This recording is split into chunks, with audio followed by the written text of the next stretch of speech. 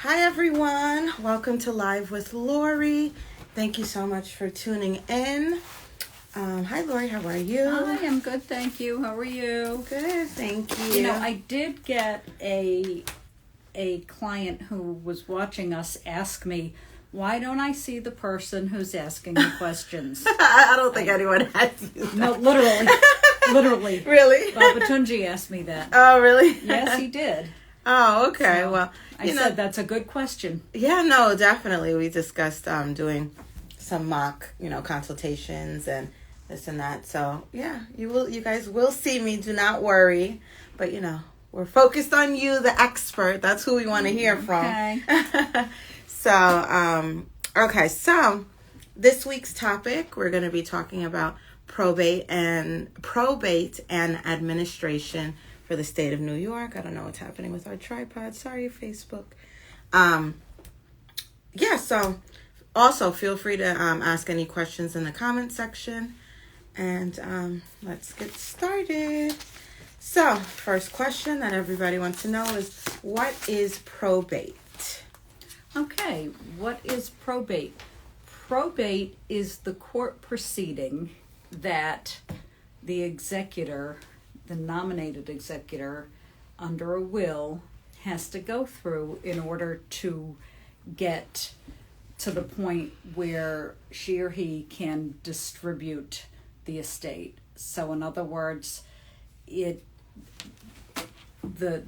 person who did the will, that's called the testator, says, I want so-and-so to be the executor. So when that person passes away, the nominated executor goes in to an attorney's office typically and retains counsel to petition the court to have the will accepted into probate and have that person appointed the executor formally. And once that happens, which doesn't happen all that fast, then that executor can go ahead and open an estate account, pay creditors, and follow the instructions under the will that say who inherits what. Got it. So, do all estates go through probate in New York? I know the answer to that. Yeah, if something is passing under a will, or if someone dies without a will and it passes through intestacy, yes, they have to go through probate. If you've done your estate planning in such a way that nothing is passing under your will, which is of course ideal, yes, then there would not have to be a probate. So what do I mean by that? Let's say you've put your assets into a revocable trust or an irrevocable trust. Those assets that are in that trust will not go through probate. Your trustee will be able to pass them directly to the beneficiaries when you die. What else doesn't go through probate? If you have bank accounts or investment accounts or IRAs or anything like that you have a beneficiary on, they will not go through probate. Assuming that the beneficiary is on those accounts, hasn't fallen off, that's a thing. Yeah. And assuming that the beneficiary is alive when you die, then those accounts will go straight to the beneficiary and they will not have to go through probate. They will not have to be a part of the probate process. So ideally, you can put your assets in a trust and put beneficiaries on accounts, and there may not be a need to probate your will at all. Got it. But if it's in your name when you die and there are no beneficiaries, yes, it has to go through probate. Yes, and the more that I learn, just being here and overhearing you guys and the paralegals, it seems like the trust is the way to go. Protection and having to not go through the headache of probate. Probate seems like it's a headache. Under most circumstances, yes. Yeah. Great.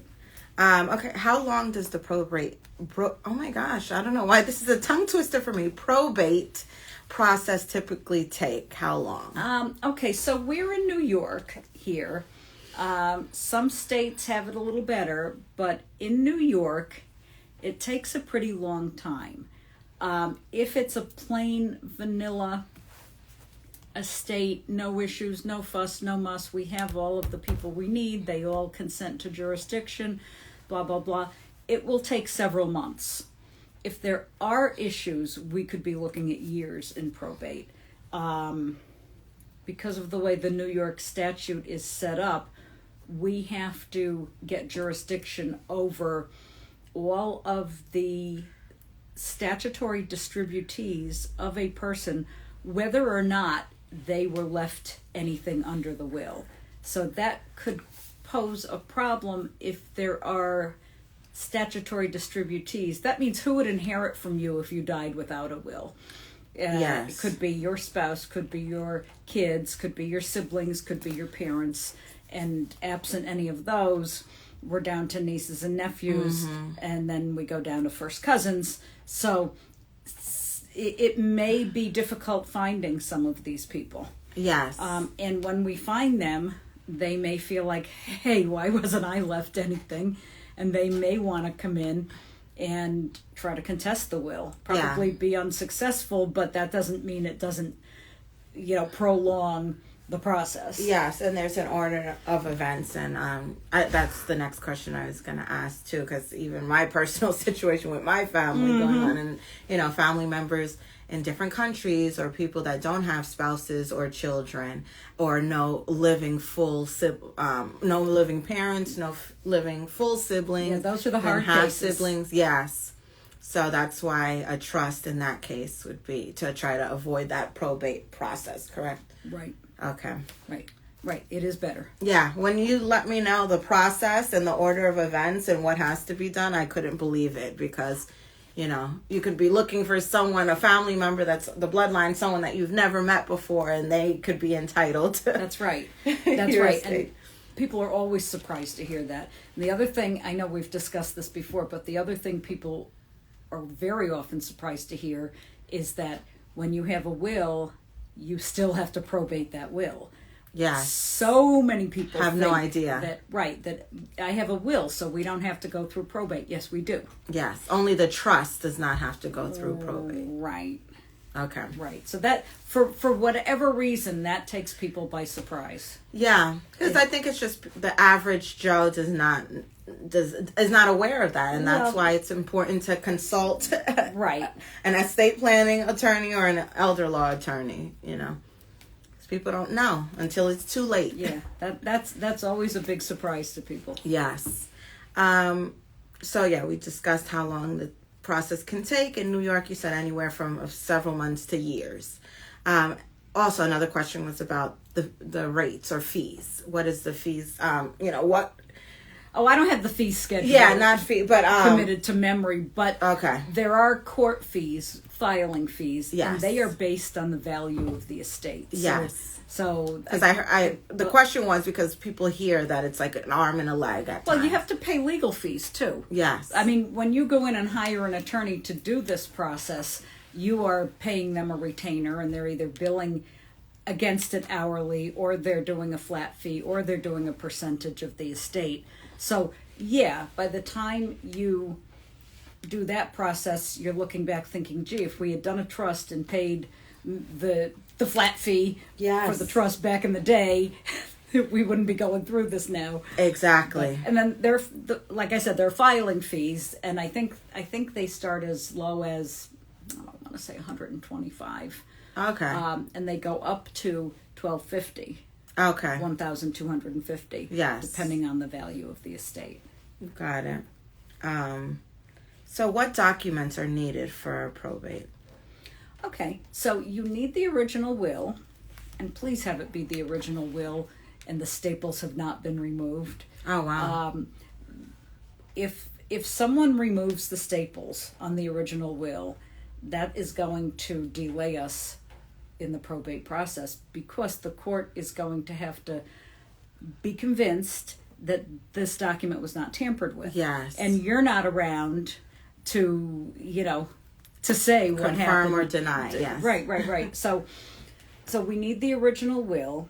We need the paid funeral bill. We are going to need the information on the beneficiaries. We're going to need the information on the statutory distributees. Like, let's say you have 3 kids, but only 2 of them are beneficiaries. We're going to need to either get a consent from the third one, or we're going to need to serve them with a citation. So we're going to need a lot of information. We need the death certificate.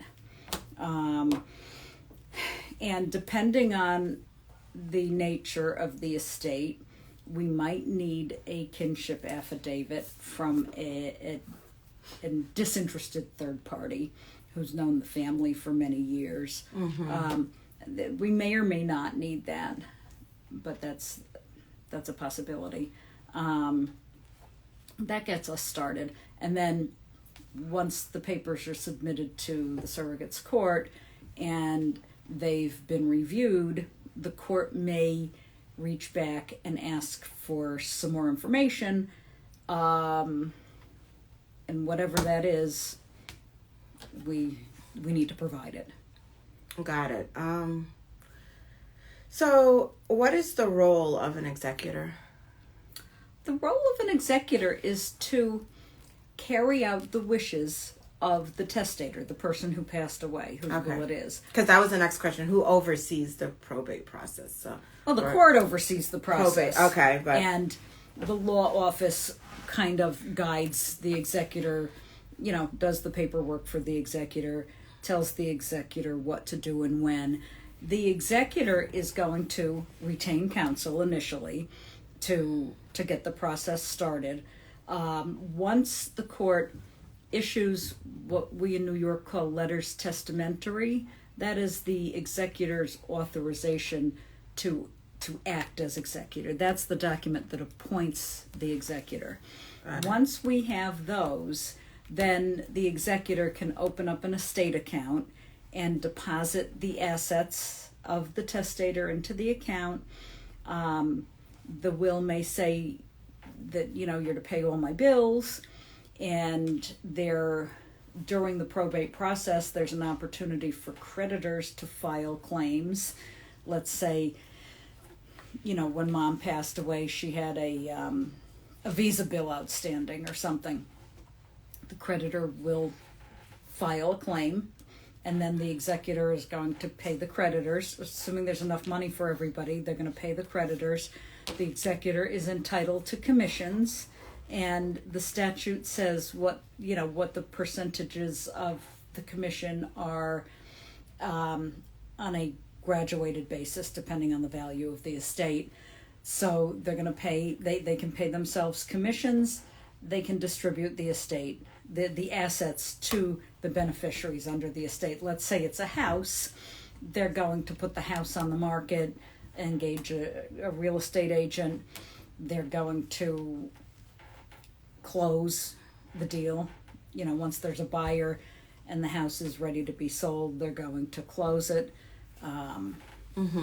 We'll be preparing an executor's deed to convey the property to the buyer, and then they will be distributing the net proceeds to the beneficiaries or the creditors or whoever needs to get paid. Yes. They will be the one in charge of paying. They're going to want to get releases and receipts from everybody, agreeing to this is what you're receiving under the will, and make sure that there are no issues that could come back and bite the executor. Yes. Okay, so the executor has a big role. A big role. Yes. Yeah. Okay, so can a will be contested? Absolutely. Yeah. And that's another thing that we don't like about wills. Yes, they can be contested. Yes. And there aren't that many legitimate reasons to contest a will. Some of the reasons are undue influence, improper execution. Due execution there was no due execution. It wasn't executed properly. Yes. That's what I'm trying to say. Yes. Or the testator lacked capacity, or there was fraud, or the testator revoked the will. Yes. But that doesn't stop disgruntled heirs from filing objections and contesting the will if they feel they've been slighted. If they, there are all kinds of reasons that we see will contests. One thing I've seen 2 times recently is that the parents left more to one sibling than the others, and for reasons. Usually it's like the younger sibling who's been more involved in the parent's life lately or whatever. Yeah. But the other siblings are convinced that no, Dad changed his mind about that. He wanted us all to benefit equally, and they don't understand that if Dad didn't call me up and do a new will or do a codicil to the will, that it doesn't matter if he changed his mind. Yes. And at that point, it's just verbal, like a verbal of one of those right if now. If that happened. One of those right now, yeah. Yeah. So, but people will be pretty mad about that, and they will feel that, wait a minute, Dad wanted to include me. And they may be 100% right. Dad might have wanted to include them, but you didn't go through he didn't the process. call me up and change his will. Yes. So, and that's the legal part of this all, and documentation. Right. And that gets people's feathers really ruffled. I could imagine. So what happens if an executor fails to perform their duties? Well, then they could be removed. Okay. Yeah. I mean, that, excuse me, that requires an application to the court, and so the court would make that decision. Right. But yes, that could happen. Perfect. 1 second. Let me see. What is the simplified probate process for smaller estates? Is it a different process, or? We have a small estate process for people with and without wills. It's not so much of a different process, but I mean, it can be done pro se if a person wants to go into the surrogate's court and fill out the small estate voluntary administrator affidavit. The fee is lower. They are still going to need the will if there was a will, the death certificate, the funeral bill, and they're still going to need to notify people. So a lot of people, and a small estate in New York is under $50,000. Got it. And a lot of people would prefer they'll say, just, can you do it for me? Because it's not like it's, a 15-minute process. It's not that simple. Got it. How are probate assets different from non-probate assets? Or can you give us maybe examples of probate assets, and then? Okay. Yeah. So probate assets, that's actually might be a couple different questions. Okay. Well, we have probate time. Assets are assets that pass under the estate. Assets that were in your name when you died, and they will pass under your will after the probate proceeding is done. What's not a probate asset? The testamentary substitutes. That doesn't mean they don't get pulled into the estate for purposes of determining a spouse's share or determining tax or whatever. But let's say if you do a trust, the assets in the trust are not going to go through the probate process. If you have an IRA with beneficiaries, the IRAs are not going to go through probate. If you have any kind of account with beneficiaries and the beneficiaries are alive, those accounts will pass outside of the probate process. So, there's what's known as an enhanced probate estate for purposes of calculating a spouse's share, for instance.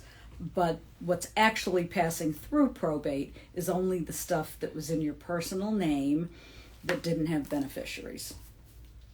Got it. I don't know if that was clear or not. Okay, so that's... Do you understand it? Yeah, so that's non-probate assets versus a probate asset.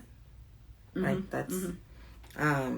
yeah, they were well, just... for purposes of what has to actually pass through the probate process. Yeah, they were just asking for the differences between what is a probate asset and what is considered a non-probate asset. I mean, I think that's pretty much it. We just had kind of basic questions about probate, and just from myself from the outside looking in, I just feel like I would want to avoid the probate process. So it's just, worth it to plan to just go through the trust process or creating an official trust and or making some kind of a plan. Yes, planning. Yeah. Do you want to ask me about what happens if someone doesn't have a will and passes away? Oh, I thought we were doing that. No. Yes, please answer. Okay. So that's called dying intestate. Means dying without a will. Oh, got it. And so the question becomes, who inherits from me if I die without a will? Well, I didn't say who I want to inherit because I didn't do a will. So the state of New York says who will inherit. Yes. And that's done through the intestacy statute. And the intestacy statute is going to say, well, if I have a spouse, that person's getting half, plus $50,000, and my kids are splitting the other half. Now, that may or may not be what I wanted. Yes. Right? Okay, how about if I don't have a spouse and I don't have kids? Okay, well, they're saying, well, then it goes to your parents. Okay, I don't have parents living. Well, then it goes to your siblings. I don't have any don't full have siblings living. Well, they don't have to be full siblings necessarily. But well, if you don't have full siblings, then you go after the half siblings, correct? Yeah. Yeah. Because you would go to full siblings even if you first, do, right? No. Oh, it doesn't... No. Oh, what is it? That only goes to who inherits how much. Oh, okay. But then if I don't have any of those, then it's going to go to my nieces and nephews if I have predeceased siblings. Yes. Then, if I don't have those, it's going to go to my first cousins. So, that, like we were saying at the beginning, that could present a very interesting dilemma for people who are, let's say, immigrants, and all of their family is back in another country. Yeah. Have one of those right now, too. We're working on that estate for years. We can't find these people. Yes. We've had to hire a genealogist and investigators and, Unbelievable. You guys have no idea the process. So please listen to us, invest in your future. Invest in this because it's just unreal. I mean, you couldn't make it up. Yeah, normal people don't think of this stuff. No. Unless they've had the unfortunate experience of having to go through it with a relative. Yes. This is not the kind of thing you expect to happen after you die. Yeah. I mean, I guess it's not all that intuitive. And you just kind of figure the right people who are supposed to get things will get them. But it doesn't necessarily work that way. Yeah, it does not. And a lot of people do get away with, not doing things that are technically illegal. But if you didn't know either way, then people can get away with that. Well, you know that.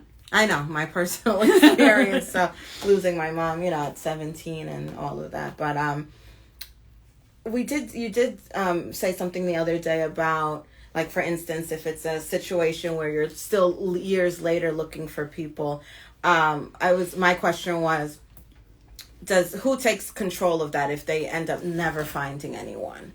Is that the government or the court? Then we have to ask the court to direct a method of getting service published against these unknown unfindables. They'll appoint a guardian ad litem.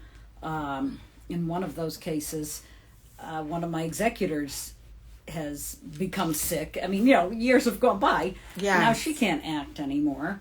Okay. So, how often has that happened? Not that often, but, when it does, it's a doozy. Yeah. So that's the court. Back to the court and yeah. Okay. It's rough. Yeah. Probate. Let's avoid probate. And I remember you guys saying that before I even learned about all of this. So now I understand why, because it's unbelievable process. So yeah, usually when you explain to people, what happens this way and what happens that way, usually they want to, not all of them, mind you, not all people want to have that avoided after they die, but usually people do. Yes. And it's kind of like, I'm not here anymore, so why do I care? I know some people probably have that mentality. Oh, it's I've like heard, you deal with that. it. No, Yeah. I've had that. It's not my problem. Right. And that's your choice. I'm not gonna argue with you. I'll give you what you want. That is not my problem at that point. Deal with your kids later. Let them fight it out. Yeah. That's what happens. Just kidding. No, not kidding. That's what happens. Yeah. But we don't believe that.